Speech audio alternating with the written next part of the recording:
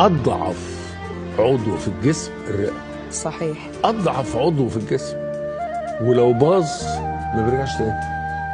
عايز زراعه كلى، عايز زراعه رئه. عارفه زراعه رئه يعني ايه؟ يعني 2 متطوعين.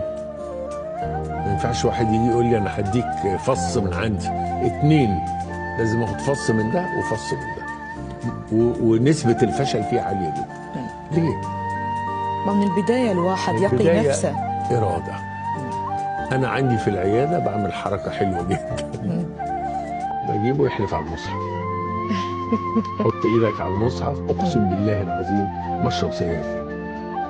خلي بالك ده يمين يدخلك جهنم. 80% بالطريقه دي بطل، بس بشرط يكون مقتنع. هو جاي وعنده الاراده وعنده الاراده، هو مقتنع بهذا الشيء. مقتنع. يعني ايه التهاب مزمن في الشعب؟ خطير جدا. تشوفي ناس مش عارفه تنفس فعلا، مش عارف يطلع مش سلم، عارفين يتحركوا يا دكتور. صح. وبعدين انت مش شوف الكلام ده اللي بعد 10 سنين. اي مشاهد يسمعها. عقوبه التدخين عقوبه مؤجله. هتاخدها العقوبه هتاخدها، بس مؤجله. انت فرحان دلوقتي عشان شباب، انما لما تبقى سنك 60 سنه مش هتعرف تنفس. صحيح.